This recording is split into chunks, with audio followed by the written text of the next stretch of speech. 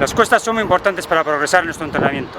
Ahora os vamos a enseñar una serie de pautas para realizarlas correctamente.